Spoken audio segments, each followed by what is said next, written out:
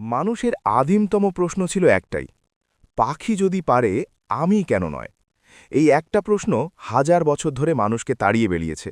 কেউ পাহাড় থেকে ডানা বেঁধে ঝাঁপ দিয়েছে, কেউ মোমের পাখা লাগিয়ে পুড়ে মরেছে, কিন্তু আকাশ জয়ের সেই তৃষ্ণা মেটেনি।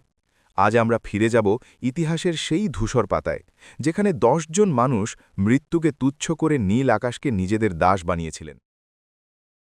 আব্দাস ইবনে ফিরনাস, প্রথম ডানা মেলা, ৮৭৫ খ্রিস্টাব্দ। ইতিহাসের চাকা পিছিয়ে দেওয়া যাক ১০০০ বছর। যখন বিজ্ঞান ছিল শৈশবে, তখন কর্ডোবার আকাশে অদ্ভুত এক দৃশ্য দেখা গেল। সিল্ক আর পাখির পালক দিয়ে তৈরি বিশাল ডানা নিয়ে আকাশ থেকে নামছেন এক বৃদ্ধ। তিনি আব্বাস ইবনে ফিরনাস। যদিও তার নাম ইতিহাসের পাতায় কিছুটা আবছা, কিন্তু তিনিই প্রথম প্রমাণ করেছিলেন মানুষও ভাসতে পারে। রাইট ভ্রাতৃদ্বয়, আধুনিক সভ্যতার কারিগর।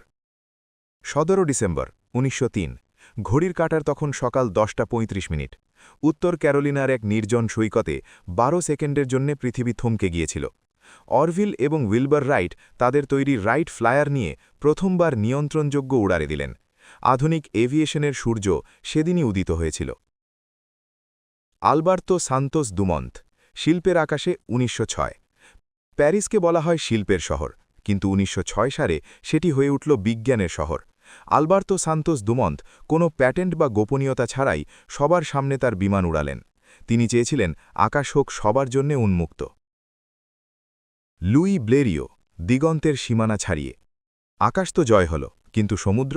১৯০৯ সালে লুই ব্লেরিও তার ভঙ্গুর বিমানে চড়ে ইংলিশ চ্যানেল পাড়ি দিলেন। তিনি প্রমাণ করলেন সীমানা শুধু মানচিত্রেই থাকে, আকাশে নয়। ব্যারেন রেমন্ড ডি লারুশ, প্রথার বিরুদ্ধে লড়াই। ১৯১০ সাল, চারদিকে যখন লিঙ্গ বৈষম্যের পাহাড়, তখন সব বাধা চূর্ণ করে আকাশে ডানা মেললেন রেমন্ড ডি লারুশ। বিশ্বের প্রথম মহিলা লাইসেন্সপ্রাপ্ত পাইলট হিসেবে তিনি শিখিয়েছিলেন আকাশে ওড়ার জন্যে ডানার চেয়ে মনের জোর বেশি জরুরি। গ্লেন কার্টিস, নীল জলের উড়াল। ১৯১১। রানওয়ে নেই, সমস্যা নেই। গ্লেন কার্টিস আকাশকে মেলালেন সমুদ্রের সাথে। তার তৈরি সি প্লেন নৌবাহিনীর যুদ্ধের মোড় ঘুরিয়ে দিয়েছিল চিরতরে। হ্যারিয়েট কুইম্বি, অদম্য সাহসিকা। ১৯১২ সালে টাইটানিক ডুবে যাওয়ার খবর যখন পুরো বিশ্বে শোকের ছায়া ফেলছে, ঠিক তখনই হ্যারিয়েট কুইম্বি প্রথম মহিলা হিসেবে ইংলিশ চ্যানেল পাড়ি দেন। সাহসের সাথে সৌন্দর্যের এক অদ্ভুত মেলবন্ধন ছিলেন তিনি। ইউজিন ইলি, ভাসমান যুদ্ধের সূচনা। ১৯১১। একটি চলন্ত জাহাজ থেকে বিমান উড্ডয়ন অসম্ভব, কিন্তু ১৯১১ সালে ইউজিন ইলি সেই অসম্ভবকে সম্ভব করেছিলেন। আজকের বিশাল এয়ারক্রাফট ক্যারিয়ারগুলোর পেছনে এই মানুষটির জীবনের ঝুঁকি জড়িয়ে আছে। ক্যালব্রেথ প্যারি রজার্স, হার না মানার মহাকাব্য। ১৯১১। পুরো আমেরিকা আকাশপথে পাড়ি দেওয়া। যাত্রা শেষে রজার্সের শরীরে কোনো হাড় অক্ষত ছিল না। বিমানটি ১৫ বার চূর্ণবিচূর্ণ হয়েছিল, কিন্তু তার জেদ ছিল ইস্পাতের মতো। ৮৪ দিনের লড়াই শেষে তিনি প্রমাণ করেছিলেন আকাশের কোনো শেষ নেই।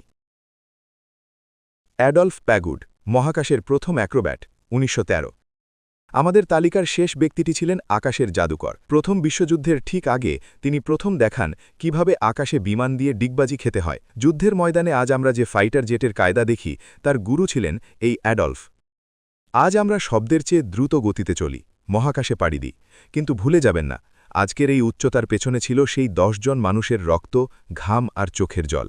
তারা উড়তে চেয়েছিলেন বলেই আজ আমরা মেঘের ওপর দিয়ে পথ চলি।